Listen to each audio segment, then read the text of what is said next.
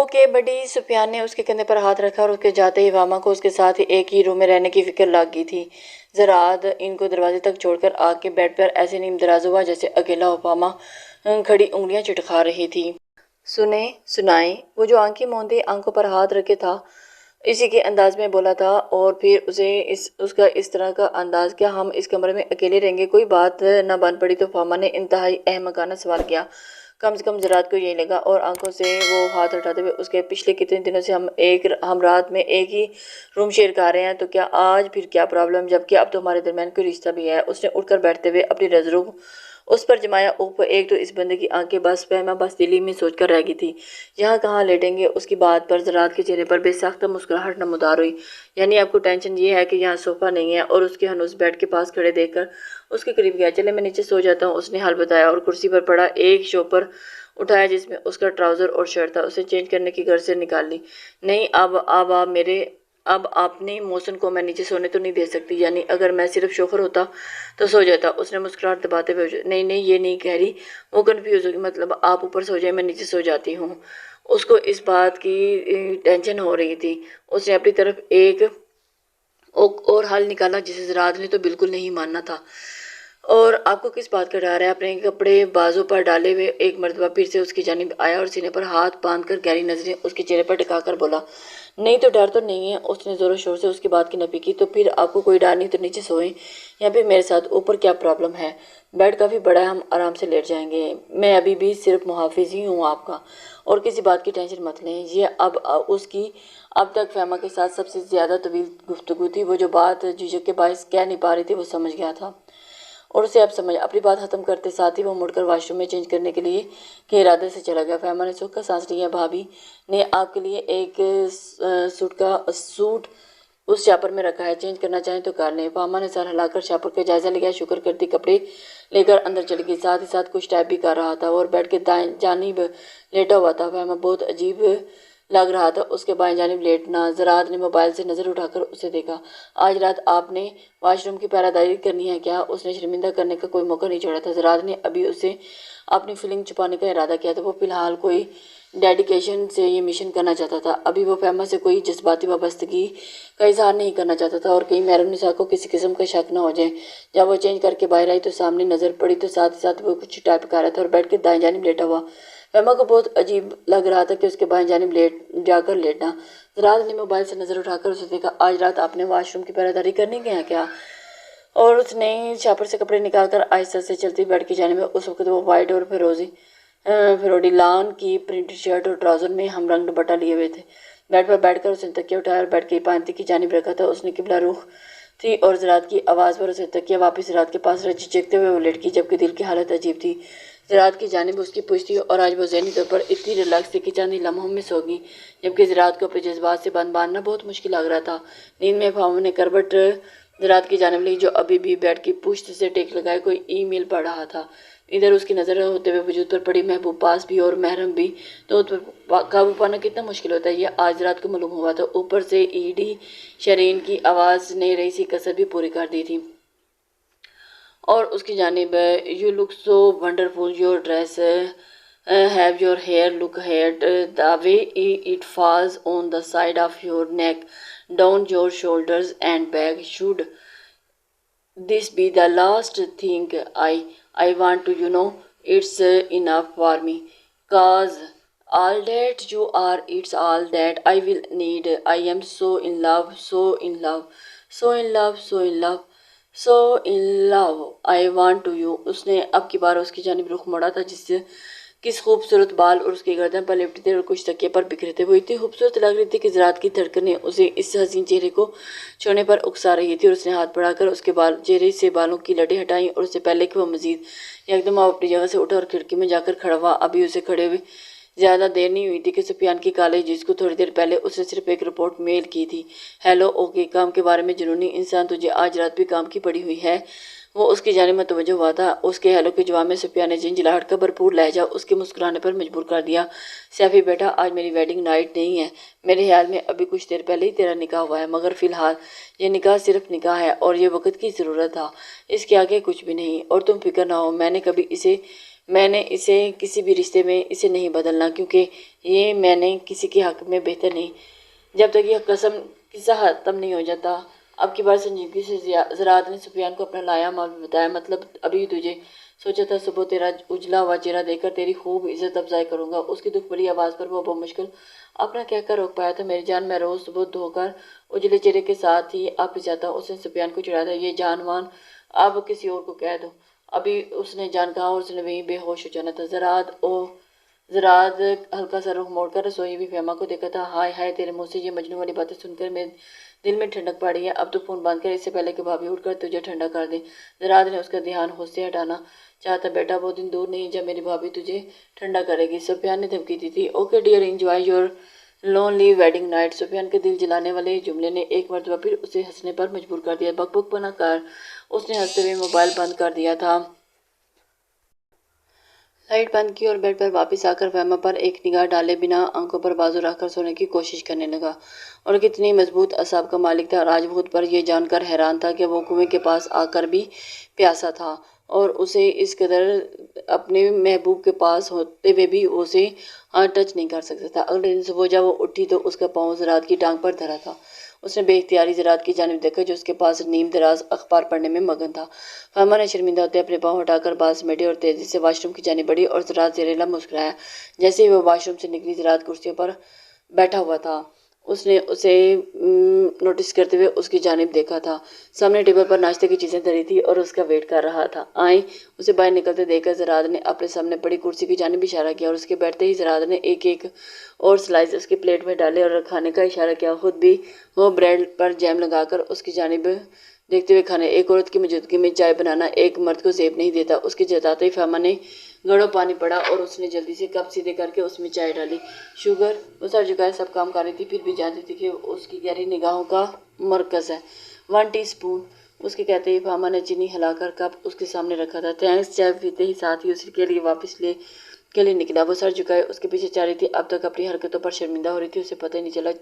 وہ کب سے لفٹ کے سامنے رکا تھا اور اپنی سیٹ میں چلتی یکدم اس کی پشت سے ٹکرائی تھی۔ زراعت نے حیرت سے پیچھے مڑ کر اسے دیکھا۔ اوف، اور کتنا شرمندہ ہونا پڑے گا اس شخص کے سامنے، خود پر ملامت کرتے ہوئے اس نے سوچا تھا۔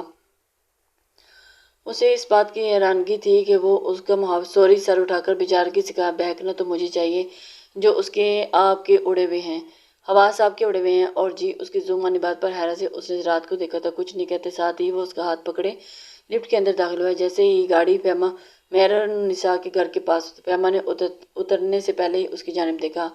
آپ آج رات آئیں گے نا؟ اس کی خدشوں سے بڑی آواز پر وہ بے ساختہ مسکرایا۔ فہمہ کے دل میں ایک بھی ٹپنی ہوئی۔ آپ کو اپنی عزت بنایا ہے اور عزت کو ہم بیچ راستے میں نہیں چھوڑ دیتے، بے فکر رہیں، بلکہ اس کی اور بھی حفاظت کرتے ہیں۔ میں آؤں گا۔ اس کے الفاظ پر فہمہ کے چہرے پر سکون اترا۔ اللہ حافظ کہتے ساتھ ہی وہ اتر گئی تھی، اور اب وہ اس کے بارے میں مزید سوچنے لگی تھی، کیونکہ اب اسے کسی بات کی فکر نہیں تھی۔ اس رات جب زراعت آیا تو اس نے فہمہ کو باہر لے جانے کے بجائے وہیں ٹھہرنے کی خواہش ظاہر کی تھی۔ مہر النساء انہیں اسی کمرے میں لے گئی۔ کوریڈور سے وہ حیرت سے زراعت کو دیکھنے لگی جو اب کمرے میں بچھی رگ کو اٹھا رہا تھا، اور فہمہ چونک کر اب اس کے سیکرٹ ایجنٹ والے اور کمانڈو ہونے کے راز سے واقف ہو گئی تھی، لہٰذا اس کے سامنے اپنے مشن کی ایکٹیویٹیز کرنے میں اسے کوئی مسئلہ اب درپیش نہیں تھا۔ یہ کیا کہہ رہے ہیں؟ اس کی جانب دیکھتے ہوئے وہ حیران ہو رہی تھی، اور اسے خاموش کروانے کے لیے کچھ نہیں، وہ حیرانگی، فہمہ نے حیرانگی سے اس سے پوچھا تھا، اور شش، اس نے غصے سے گھورا تھا۔ آہستہ بولنے، اپنی آواز بھی آہستہ رکھتے ہوئے اس نے تنبیہ کی تھی۔ پھر موبائل اور ڈیٹا کیبل نکال کر فہمہ کو دی اور اسے اس ایسٹریو کے ساتھ لگا کر اس میں کوئی سانگ سلیکٹ کریں، ٹھہریں، یہ والا لگائیں اور آواز تھوڑی اونچی کر دیں، اور اس نے وہاں رکھے ایسٹریو کی جانب اشارہ کیا تھا اور ایک گانا سلیکٹ کر کے اسے لگانے کو کہا۔ فہمہ نے ڈیٹا کیبل کی ایک سائڈ پر موبائل کے ساتھ لگائی اور دوسری ایسٹریو کے ساتھ چلانا گانا اونچی آواز کر دیا۔ کمرے میں الیکس بینڈ کے اونلی ون کے کی آواز گونجنے لگی۔ زراعت نے رک کر رگ کو سائڈ پر پٹخنا چاہا تھا تو فہمہ نے اس کی مدد کی تھی۔ جیسے ہی وہ رگ ہٹی، زراعت نے وہاں کے فرش کو ہلکا سا دبایا تو وہ کھل گیا۔ فہمہ کا تو منہ کھل گیا۔ وہ فرش نہیں تھا، لکڑی کا ایک پیس تھا جو کہ تہانہ تھا، مگر بالکل ایسے پینٹ کیا گیا تھا جیسے فرش کا حصہ ہی معلوم ہوتا تھا۔ اس نے آپ کا موبائل کہاں ہے؟ زراعت کے کہنے پر وہ جلدی سے سائڈ پر اپنا موبائل اٹھا کر لائی۔ زراعت اس کی ٹارچ روشن کی اور آہستہ سے اس تہھانے میں اترا۔ 3-4 سیڑھیاں بنائی گئی تھیں۔ کچھ دیر اندر سارا جائزہ لے کر زراعت باہر آ گیا اور واپس دروازے پر ناگو اس نے فہمہ کو فوراً بیڈ پر لیٹنے کا اشارہ کیا اور چادر اوڑھنے کا کہا، اور جبکہ خود جلدی سے اپنے بال بکھرائے، شرٹ اتاری اور نیچے بنیان تھی۔ آج اس نے ڈریس شرٹ پہن رکھی تھی اور دروازے کی جانب بڑھا۔ کون ہے؟ بھاری آواز بنا کر بولا اور ساتھ ہی دروازہ ان لاک کیا تھا۔ اسے اس طرح سے بیہیو کر رہے تھے جیسے کہ وہ اس وقت سرکار معذرت، اندر سے گانوں کی آواز آ رہی تھی۔ پہلے کبھی ایسا نہیں ہوا تو میں نے سوچا پوچھ لوں۔ زراعت کے غصیلے تیور دیکھ کر میرون نساء بھی گھبرا گئی۔ اگر آپ کو کوئی پرابلم ہے تو آئندہ میں یہاں نہیں ٹھہروں گا، اور ویسے بھی گانا لگانے سے آپ کو کیا مسئلہ ہے؟ ہماری مرضی ہم جیسے۔ زراعت نے غصے سے کہا، ارے نہیں نہیں نہیں، معافی چاہتی ہوں، آپ پلیز ہوا مت دو۔ زراعت کی ہبکی دیکھ کر اس کے ہاتھ پاؤں پھول گئے۔ اجازت ہو تو دروازہ بند کر لوں؟ زراعت نے اسے وہیں برجمان دیکھ کر طنز کیا تھا۔ جی جی کہتے ساتھ ہی وہ وہاں سے سائڈ پر ہوتی گئی تھی، چلی گئی، اور زراعت نے بھی دروازہ بند کیا۔ فاہمہ آنکھیں ادھر ادھر گھماتی اسے دیکھنے سے اعتراض کر رہی تھی۔ زراعت اس کی اڑی شکل دیکھ کر زیر لب مسکرایا اور شرٹ اٹھا کر پہننے لگا۔ یہ حرکت ضروری تھی کیا؟ اب اس نے خطرناک تیوروں سے اس کی شرٹ والی حرکت کی جانب اشارہ کیا تھا۔ جی بہت ضروری تھی۔ اور زراعت نے شرارتی مسکراہٹ سے اس کی جانب دیکھا۔ آپ واقعی اتنی معصوم ہیں یا بنتی ہیں؟ زراعت کو اسے چڑھنے کا مزہ آ رہا تھا اور غصے میں اس کی پوری شکل زراعت کو اور بھی کیوٹ لگ رہی تھی۔ جی نہیں، میں بہت معصوم ہوں، اس کی توقع کے عین مطابق اس نے پھولے منہ سے ہی جواب دیا تھا۔ اچھا سنیں، زراعت نام ہے میرا۔ اس کے سنے کہیں پر اس نے چڑ کر کہا تھا، اور میں نہیں لے سکتی۔ اس نے جلدی سے کہا تھا، کیوں، آپ کو کیا مسئلہ ہے؟ وہ چمبے سے پوچھتا خود بھی اس کے سامنے بیٹھ گیا تھا، اور اپنے آپ میں مگن فہیمہ کو اندازہ ہی نہیں ہوا تھا کہ وہ اس کے اتنے قریب آ کر بیٹھ چکا تھا، اور غور نہیں کیا۔ یہ بحث ہم بعد میں کر سکتے ہیں۔ اس نے پھر تیوری چڑھائی تھی۔ اس کے یکدم سفیان کی بات یاد آئی۔ بیٹا، وہ نہ صرف پیدا ہو چکی ہوگی بلکہ جلد ہی تجھے نکیل بھی ڈالے گی، آگے مجھ پر روب ڈالنے والی ہے۔ وہ دل میں سے مخاطب ہوا، اچھا بتائیں کیا کہنا چاہ رہی ہیں؟ آپ نے نیچے کیا دیکھا ہے؟ میں نے بھی دیکھنا ہے۔ اس نے جیسے پانی کا پائپ ٹھیک کرنے گیا تھا اور غیر سنجیدگی سے کہتے ہوئے وہ بیڈ بائیں جانب آیا تھا اور تکیہ سیدھا کر کے لیٹنے لگا۔ جی نہیں، ایسا کچھ نہیں تھا، سیریسلی بتائیں نا، مجھے بھی تجسس ہو رہا ہے۔ میں نے بھی دیکھنا ہے نا۔ اس کی فضول ضد پر اس نے غصہ دلایا تھا۔ یہ کوئی ہارر مووی نہیں جو آپ کو میں دکھانے لے چلوں۔ وہ جو بھی ہے وہ میں آپ کو نہیں بتا سکتا۔ چپ کر کے سو جائیں۔ اسے ڈپٹ کر وہ ایسٹری کی جانب گیا اور گانا بند کر کے اپنا موبائل لیے واپس بیڈ پر بیٹھ گیا۔ پلیز نا، میں آپ کی کچھ لگتی ہوں نا؟ اس نے جیسے اس کو پاور کروایا تھا۔ وہ جو موبائل پر سیفی کو اپنے انداز کے صحیح ہونے کا میسج کر رہا تھا، اور اسی کمرے میں تہھانے ہے جہاں منشیات چھپائی جاتی ہیں۔ کچھ دن پہلے جب فہمہ کے ساتھ اس کمرے میں تھا تو چلتے ہوئے اسے راک کے نیچے فرش نسبت باقی مختلف محسوس ہوا تھا۔ سیکرٹ ایجنٹ کے تو کان بھی اس قدر تیز ہوتے ہیں کہ ہوا کی جنبش کو بھی سن لیتے ہیں۔ اس سے بھی جوتوں کی آواز اس رگ پر آ کر محسوس ہوئی تھی، اس لیے اس نے مزید تفتیش کرنے کا سوچا تھا، اور اس لیے آج وہ اپنے پوائنٹ پر پہنچ ہی چکا تھا۔ اسے اندازہ ہو چکا تھا کہ اس کمرے میں کچھ نہ کچھ الگ سا محسوس ہوا تھا، اور یہ دیکھنے کے لیے اس نے رگ کو ہٹایا تھا۔ اگلے دن اس نے بار بار پاؤں تھپ تھپ کر کے ہر جگہ کو محسوس کیا تھا، اور اسے شک گزرا کہ جہاں جس جگہ رگ ہے وہ جگہ لکڑی، اور آج اس کے شک کی تصدیق ہو گئی تھی۔ اور اسی وجہ سے مثلاً کیا لگتی ہے؟ اس نے ٹائپ کرتے ہوئے پوچھا تھا۔ آپ کو نہیں پتا کیا؟ وہ جو بڑے مزے سے اسے منانے کے اس کے پیچھے بیٹھی تھی، سامنے بیٹھی تھی، اس کی بات پر نظر جھکا گئی۔ نہیں، مجھے نہیں پتا، اس نے اسی انداز میں کہا۔ پلیز نا، مجھے بھی دیکھنا ہے، نہیں تو میں کل یہاں آ کر خود ہی دیکھ لوں گی۔ خبردار، جو آپ نے کسی بھی قسم کی حماقت کی تو آپ اتنی بچی نہیں ہیں جو اچھی طرح جان چکی ہیں کہ میں کس مقصد کے تحت یہاں آیا ہوں۔ میں آپ کو ہر بات نہیں بتا سکتا، میری جاب ایسی ہے کہ میں اس کی ساری باتیں کسی سے ڈسکس نہیں کر سکتا۔ تو ایویں ہی اپنی بیوی سے فضول سوری، اس سے بھی اس بات کی غلط بات کا اندازہ ہوا تھا۔ اٹس اوکے، آپ لیٹیں، آپ سنیں۔ اور اس کی سننے پر آپ کی بات زیاد نے کوپ سے دیکھا تھا۔ آپ کی بات زراعت کے دیور دیکھ کر جلدی سے کہا، آخری بات جی 007 کی۔ اس نے اس پورے گھر میں ہر کمرے میں عجیب سی ایک سمیل محسوس کی ہے۔ کیا آپ بتا سکتے ہیں کہ وہ کیا ہے؟ شراب کی سمیل ہے۔ اس کی بات پر اس نے حیرت سے کھولا تھا۔ اس میں حیران ہونے کی کیا بات ہے؟ جو لوگ اس قدر گھٹیا کام کرتے ہیں آپ کے خیال میں شراب نہیں پیتے ہوں گے؟ اس نے اس کی حیرت زدہ آنکھوں میں دیکھا۔ نہیں، میں اس بات پر حیران ہوں کہ آپ کو کیسے پتا کہ آپ نے پی ہے؟ اس کی بات پر زراعت نے دائیں ابرو اچکا کر دیکھا۔ ہر چیز کو جاننے کے لیے اس کا تجربہ ضروری نہیں۔ اب آپ یہ کہیں گی کہ میں جو اتنے دن سے یہاں موجود ہوں، یقیناً پہلے بھی یہاں آتا ہوں گا، اور کال گھر سے میرا تو بالکل یہ یہاں آپ کا اندازہ غلط ہے، میرا یہاں آنا فرسٹ ٹائم ایکسپیرینس ہے۔ اگر آپ میرا انٹرویو پورا ہو گیا تو آپ سو جائیں۔ مہربانی کر کے کتنی مشکل سے وہ خود کو اس کے سامنے کنٹرول کرتا ہوا صرف یہی جانتا تھا کہ وہ تھی ہر لمحہ اس کے امتحان لینے پر تلی ہوئی تھی، اور اس کے ساتھ ہی ایک کمرے میں رہتے بار بار اس کے اور اس کے درمیان کا رشتہ اسے احساس دلاتا تھا۔ اب کی بار وہ خاموشی سے لیٹ گئی اور زراعت نے بھی شکر کیا تھا۔ زراعت کچھ دیر بعد اٹھ کر لائٹ آف کر کے نائٹ بلب آن کیا اور واپس آ کر جب وہ اپنی جگہ لیٹا تب اپنے دل میں گنے بانوں والے سر پر ہولے سے اپنے لب رکھ دیے اور پھر اپنے فیورٹ گانے سمن لائک یو کچن لائنیں گنگنائی۔ I wish nothing go to bed for you, وہ اپنے فیورٹ سانگ کی گانے دہرا رہا تھا، پھر پیچھے ہو کر تکیے پر سر آ کر ایک ٹھنڈی سانس کھینچ کر اس کی جانب دیکھا جو اس کے جذبات سے بے فکری کی نیند لے رہی تھی۔ زراعت نے کروٹ لے کر اپنے جذبات کو تھپ تھپایا تھا اور پھر کب وہ سو گیا تھا اسے خود بھی پتہ ہی نہیں چلا۔ کافی دیر اس کے خیالوں میں کہا، یار میں کچھ دنوں سے ان کے ہیروئنز کے ٹرک سرحد پار لے جا رہا ہوں۔ زراعت سفیان کی طرف گیا ہوا تھا جہاں وہ دونوں اس بات چیت کا ذکر کر رہے تھے جو مہرالنساء کی کوٹھی میں ہو رہی تھی، جہاں مختلف کمروں میں زراعت مائکرو فونز کی چپکائے ہوتے ہوں۔ وہ تو انشاءاللہ ضرور کامیاب نہیں ہوں گے۔ تم ایک کام کرو، صفدر اور رحیل سے کہو کہ اوپر تک اس کی اطلاع کریں۔ اس کمرے کے فون سیٹ کے ساتھ جو مائکرو فون لگایا تھا اس سے تم نے اس پر آنے والی کالز کے نمبر ٹریس کروائے ہیں۔ وہ دونوں اس وقت لاؤنج میں بیٹھے لیپ ٹاپ پر کام کر رہے تھے۔ ہاں میں تمہیں نمبر دیتا ہوں، اس کی کالز اور میسیجز بھی سمیع تمہیں ای میل کرتا ہے۔ سفیان نے تیزی سے ٹائپ کرتے ہوئے کسی نمبر پر میسیج سینڈ کیا تھا۔ تھوڑی دیر کے بعد اسے موبائل پر میسیج آیا تھا، یہ نوٹ کرو، ای میل آئی ہے۔ اسے ہینڈ فری نکالتے دیکھ کر سفیان نے پوچھا تھا۔ ہاں، اس نے مختصر کہہ کر کال سننا شروع کی تھی جن میں مختلف ٹرکس کا نمبر بتایا گیا تھا جنہوں نے سرحد پار منشیات سپلائی کروانی تھی۔ تم نمبرز نوٹ کرو جو میں لکھوا رہا ہوں، ابھی انہیں رحیل اور صفدر کو سینڈ کرو جو جوہر چوکی پر منتقل ہے۔ جب یہ ٹرک وہاں سے گزریں گے تو ان ٹرکوں کی تلاشی لازمی کروائیں۔ ٹھیک ہے۔ زراعت نمبر بولتا جا رہا تھا اور سفیان انہیں موبائل پر سیو کرتا جا رہا تھا۔ یار یہ سرمد چودھری تو آلریڈی میری ہٹ لسٹ پر تھا اور مجھے آئیڈیا نہیں تھا کہ منشیات باہر پہنچانے کے چکر میں بھی اس کا ہاتھ ہے۔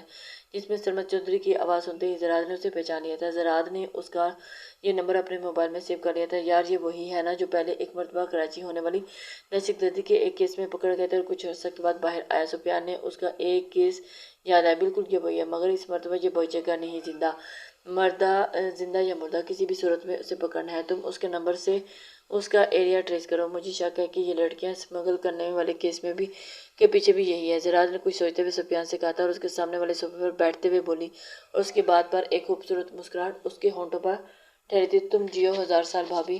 زراعت نے یہاں ہینڈ فری اتارتے کپ تھامتے ہوئے شیزہ کو دعائیں دیں۔ آپ ہمیں یہ موقع کب دے رہے ہیں جب ہم فہمہ کو ایسے ساتھ دعائیں دیں گے؟ اوئے ہوئے دیکھنا شیزہ یہ بلش کر ہے، دیکھنا تو سفیان اسے چھیڑنے کے موقع چاہیے تھے۔ بک بک نہ کر۔ زراعت نے اس کے کندھے کو دھمکا چڑھتے ہوئے کہا، آج دربار یار میں حاضری دینی ہے۔ سفیان نے اسے چھیڑتے ہوئے کہا تھا، یہاں سے سیدھا گھر جاؤں گا؟ شیزہ نے تجسس سے پوچھا تھا، بھائی آخر آپ کب اسے نکاح کا ڈکلیئر کریں گے؟ بھابی ابھی تو نہیں، اس کیس کے ختم ہونے کے بعد، کیونکہ ابھی میں کوئی بھی بات لیک آؤٹ کی تو فہمہ کے لیے بہت مشکل کھڑی ہو جائے گی۔ اس لیے فی الحال میں ابھی ان لڑکیوں کو سراغ حاصل کرنا چاہتا ہوں جنہیں یہ لوگ باہر اسمگل کرنے کے چکر میں ہیں۔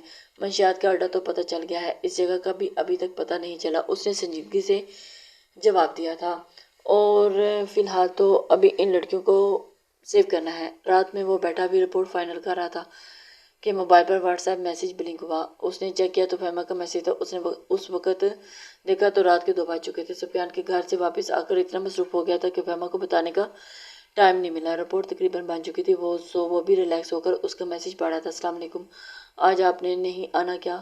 اس کا میسیج پڑھتے ہی ایک خوشگوار سا احساس اس نے اپنے پیٹ میں لے چکا تھا۔ وعلیکم السلام، بس کام تھا سو میں نہیں آ سکا، کال کر سکتا ہوں آپ کو ابھی؟